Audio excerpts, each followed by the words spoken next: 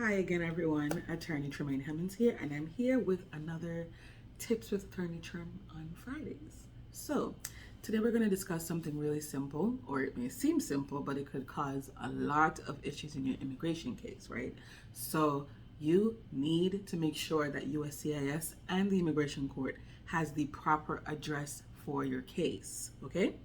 You might think it's simple, okay, when I move, I usually just change my address with USPS and they forward my letters and stuff like that. Well, you don't want to leave your case in the hands of the post office, okay?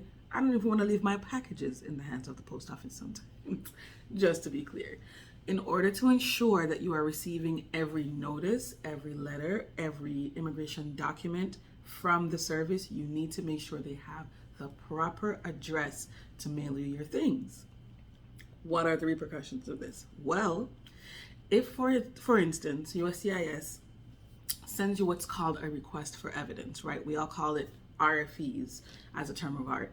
If you get sent a request for evidence and you do not receive said request for evidence because you haven't changed your address and you don't receive what they're sending, what's going to happen is your case is going to be deemed abandoned when you do not answer that request for evidence. They don't have any impetus, they're not required to go seek out your proper address. That's not their prerogative. That's your prerogative. This is your case, so you have to be on top of it. So if you do not receive the notice and therefore respond to the request for evidence, your case is going to be deemed abandoned. If your case is deemed abandoned, it is therefore denied. They say that there's no appeal for it, but of course, if you got something that's deemed abandoned, then you can try to reopen it. They give you a couple of weeks in order to do so. You can try to do that if you in fact receive the notice afterwards. Another thing that could happen is that your case is just outright denied. Okay, I've seen cases where someone doesn't respond to a request for evidence in time and they simply just deny the case.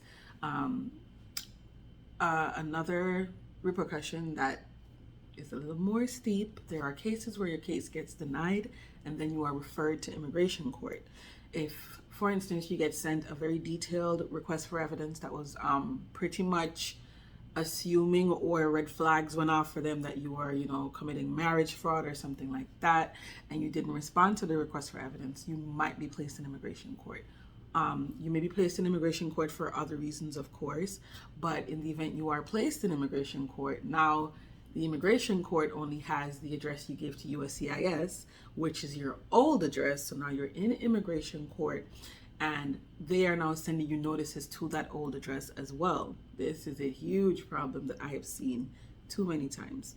What's going to happen now is that you're in real trouble now, because when you're in immigration court, of course, you can seek benefits before the judge, of course, and try to get your case adjudicated there.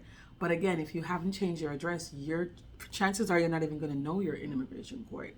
The crazy thing that happens is if you don't show up to your immigration court hearing, if you don't show up to the first one, they issue what is called an in absentia order. What is that? That, my friends, means, okay, you've been ordered removed, you've been given a deportation order because you did not show up. That is the reasoning.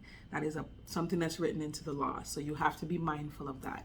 There are so many things that could happen because you did not, change your address. So it seems like something very simple, but it's something that can be handled really quickly to avoid all these issues that I was talking about. In immigration court, there is a specific form for you to be able to update your address, and then for USCIS, you can of course do that online. So I suggest you call me and let me know if you've had any issues relating to you not changing your address, either before USCIS or the immigration court. Change your address.